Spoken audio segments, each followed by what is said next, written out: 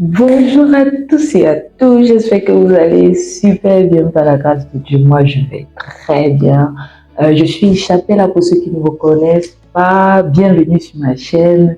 Ma chaîne est destinée à vous encourager à persévérer dans votre foi et à entrer dans les magnifiques projets de bonheur que l'Éternel Dieu a prévu pour chacun de nous.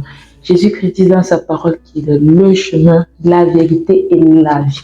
Ça veut dire qu'il n'y a qu'en lui seul que nous avons la vie. Et donc, c'est en lui que nous réalisons, c'est en lui que nous sommes heureux.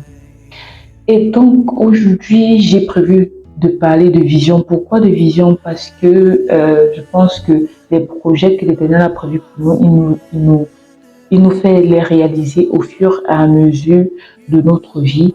Et vu qu'on est à la fin de l'année, je me suis demandé, est-ce que toi, tu t'es posé la question de savoir ce que tu dois te fixer comme objectif, les orientations que le Seigneur veut que tu prennes pour ta vie, pour cette année 2024 qui arrive. L'objectif, c'est que il ne faudrait pas qu'on subisse la vie, subir la vie, aller dans le cours habituel, métro, boulot, dodo et tout ça. Mais après, par rapport au projet que l'Éternel, les missions qu'il a assignées à ta vie, les connais-tu? Est-ce que tu as pris le temps de savoir les actions qu'il veut que tu poses cette année, les objectifs qu'il a assignés pour ton année 2024? Pour appuyer mon argumentation, je vais au verset 18 du livre des Proverbes, chapitre 29. Il est écrit, quand il n'y a pas de vision, le peuple est sans frein. Sans frein, ça veut dire qu'on va dans tous les sens. Vous-même, vous savez que si on va dans tous les sens, en fait, on ne peut pas être productif. Or, des actions ciblées et efficaces produisent des résultats, comme on dit vraiment, en optimisant et de manière donc efficiente. Aujourd'hui, je veux en fait vous interpeller à vraiment prendre du temps avec Dieu pour lui demander, même durant, je pense qu'il manque environ 19 jours pour la fin de l'année, quels sont les projets que tu as prévus pour moi? Ça ne veut pas dire qu'il va venir se révéler à toi, j'arrive à te parler, j'ai dit que tu vas faire ci, tu vas faire ça. Déjà, il y a des projets qui vont de soi, comme par exemple la prière, parce que c'est en grandissant dans ton intimité avec Dieu que tu vas mieux l'écouter et mieux comprendre ce qu'il attend de toi. Donc déjà, il y a plusieurs points. En général, la vision peut s'étaler dans ta vie personnelle, ta vie financière, ta vie spirituelle. Donc en fait, c'est à toi de découper. Qu'est-ce que je veux voir réaliser dans ma vie familiale? Qu'est-ce que je veux voir réaliser dans ma vie professionnelle? Peut-être je souhaite changer de boulot, peut-être je souhaite augmenter en compétences. Et derrière, quelles actions devrais-je mener? Peut-être, par exemple, m'inscrire à une formation supplémentaire pour pouvoir grimper en compétences, commencer déjà à prospecter les offres d'emploi si je veux changer de boulot, etc. Par exemple, dans ma vie spirituelle, qu'est-ce que je veux voir changer? Je veux peut-être grandir spirituellement.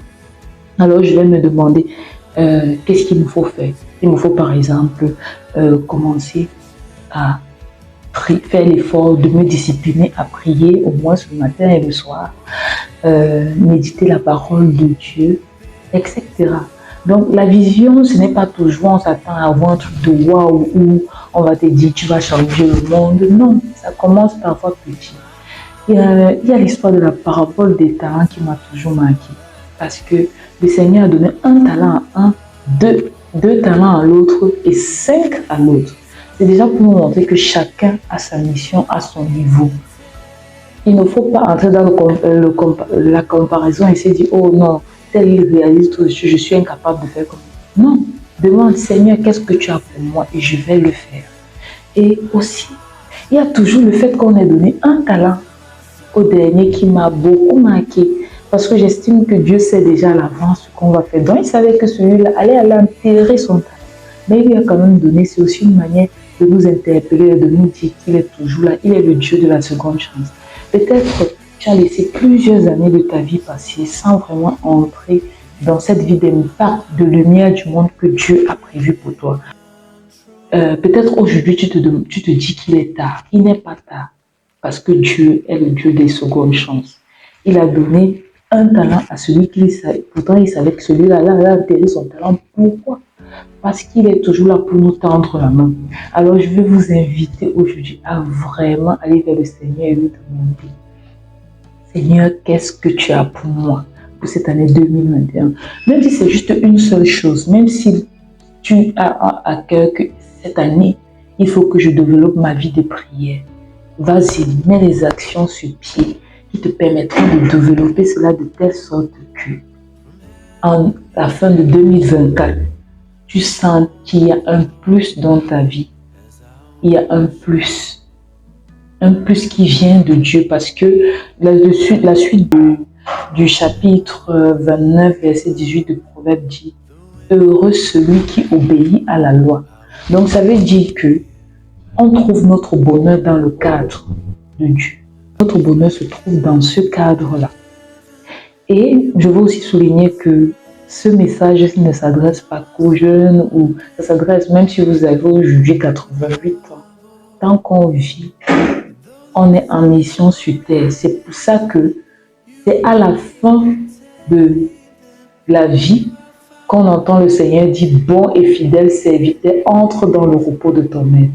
C'est pour nous dire que tant qu'on vit, on a une mission accomplie. Ce n'est pas comme la vie professionnelle où à un moment donné on t'envoie en retraite. Non. Tant qu'on vit, on est en retraite. Donc, que tu sois jeune, que tu sois enfant, que tu sois papa, que tu sois grand-parent, sache que Dieu a une vision pour toi pour 2024 et je t'invite vraiment à la découvrir. C'était tout pour aujourd'hui. Je vous remercie de m'avoir suivi et on se retrouve pour la prochaine vidéo. Sur ce, portez-vous bien et demeurez richement bénis. Ciao!